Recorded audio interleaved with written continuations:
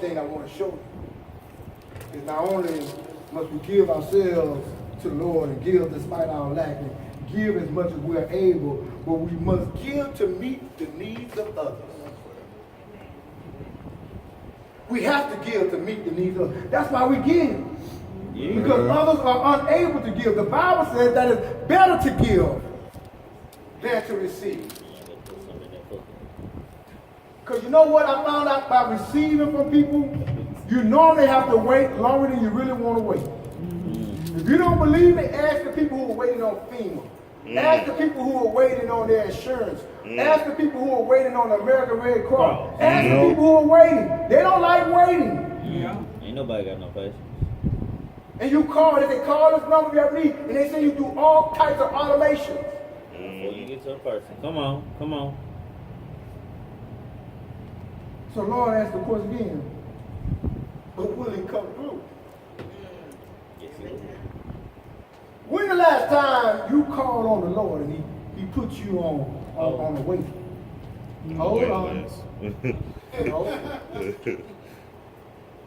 Oh, he come through. So we have to give to meet the needs of others, so we don't have to be on the receiving end all the time. Amen. Come on. We don't be on the receiving. Well, where do you get that, Pastor? Let's look at verse number 4. Verse number 4 of 2 Corinthians chapter 8. It says, imploring us with much urgency that we will receive the gift and the fellowships of the ministry. He said, not only were they giving liberally, not only were they giving joyfully, but they was giving urgently. They were urging up, man, come and get this. Paul, you have a need. Matter of fact, the church of Philippi, when Paul was in the Roman prison writing, he wrote him a thank you letter because a man named Epaphroditus came and he tried to get to Paul so much so that he almost died. Just trying to give Paul an offering. Now I know I'm going to get some blank staff, but when the last time you almost died trying to bring me a love envelope? I ain't feeling well. That's going to get it next week. If you get it at all. God even use the love offering to get my medicine. When last time you just almost died giving your tithes to the church? It's been When last time did you just struggle like I can't get there, but I'm gonna get there. I gotta make this offering to the Lord, who loved me so much that while I was yet a sinner, he sent his son to die for me. Right there he said that with much urgency that we will receive. Is there urgency in your giving? Is there urgency in you wanting somebody to receive the things that God has placed in your heart? Let's take a step back from money for a moment. Just your time. Do you feel an urgent need that there's some ungodly people who are walking around in your circle that they need to spend some time with you so you can dispense some word of knowledge on them? Do you sense the urgency of need that your talent that God has blessed you with, that some ungodly person who may not listen to a word, who may not attend the church, but they'll listen to your music, they'll listen to your poetry, they'll look at your dance, would you use that talent to use for God's kingdom? Amen. Do you sense the urgency in your time, talent, or your treasure? There has to be some urgency. Because we could go on our jobs. We could walk down our school halls. My son last night, I listened. It bothers him when people cuss around him. Now, it doesn't bother him when he get mad and cuss somebody out, but it bothers when people cuss around him. He said he had to sit across a restaurant, McDonald's I think it was, because there were two other individuals. He said, I didn't want them to think I was even with them. Because together, they take retardation to a whole nother level. You know what I'm saying? Jesus. Do you think that there's an urgency that they need to know what James said about taming the tongue? But you can't tame the tongue if your heart is not messed up. You can't tame the tongue if your mind is not set on Jesus. See, we can sit with a critical eye, we can point a critical finger, but do we give Christ in the midst of crisis?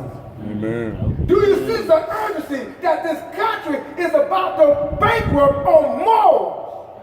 Mm-hmm. Can I give you a hint according to my understanding of the scripture? The worst is yet to come. Amen. That's true. That's word. Cold blue. Ain't gonna get better. We gotta have a sense of urgency Yeah. when it comes to giving. And not giving so we can build a bigger building. We give it so we can have more impact on more lives. Amen. Come on. Amen. Come on, The man. building comes as a byproduct. Amen.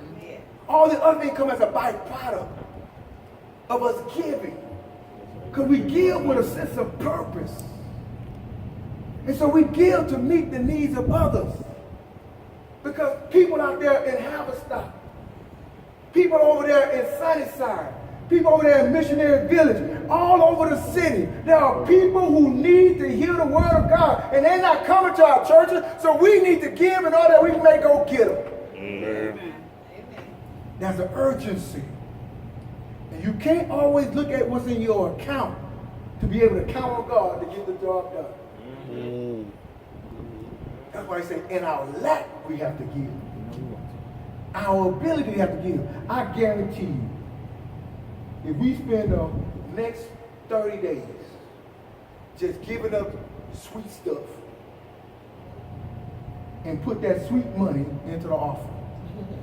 If we spend the next 30 days saying, I'm not going to that one restaurant, don't put that money in the offering. If we spend the next 30 days saying that, hey, I'm going to use what I have in my pantry until it's all gone. Amen.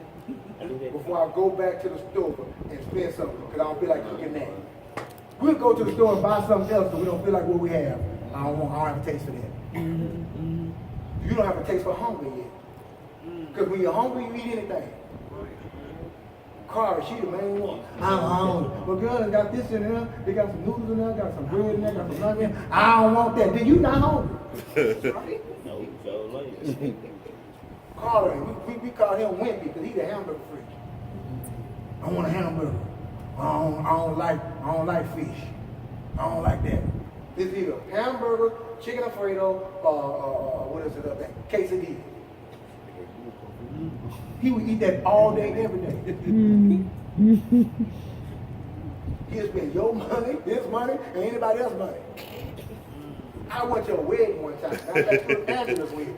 Angela had a nice little layout, had chicken Alfredo, so I took pictures and sent the car. He asked me to get a to-go plate.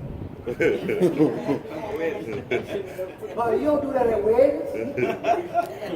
This man. God will bless you if you do that. Really? We got to learn how to give to meet the needs of others. Others need what we have. And until we feel that urgency, that the gospel must go forth, until we feel that urgency that we must pour life into life, until we feel the urgency to forget about ourselves sometimes and to concentrate on Him, until we feel that urgency, we will never abound in the things that God has promised us. I heard a message this week from Pastor Evans. I think it was Tuesday, Wednesday, one of the days.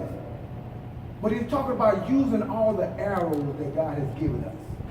Whatever arrows you have in your quiver, use them all. Because if you don't use them all, you have failed to obey God.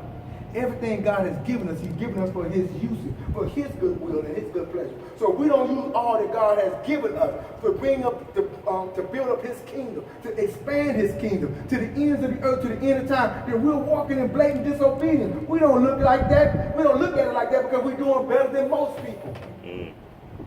But that's not God's criteria. He don't compare you. Well, Rhonda is doing better than Hallie. and when Hallie is doing better than Pierre, and Pierre is doing better than Buddy, and Buddy is doing better than... He don't look at life like that. God said, I gave each and every one of you an assignment, and those assignments collectively is what's going to formulate my church in order that this church may reach this world. Come on, come on, come on. So I'm saying we, because y'all don't like the word you. Make it plain. We don't like you, Pastor.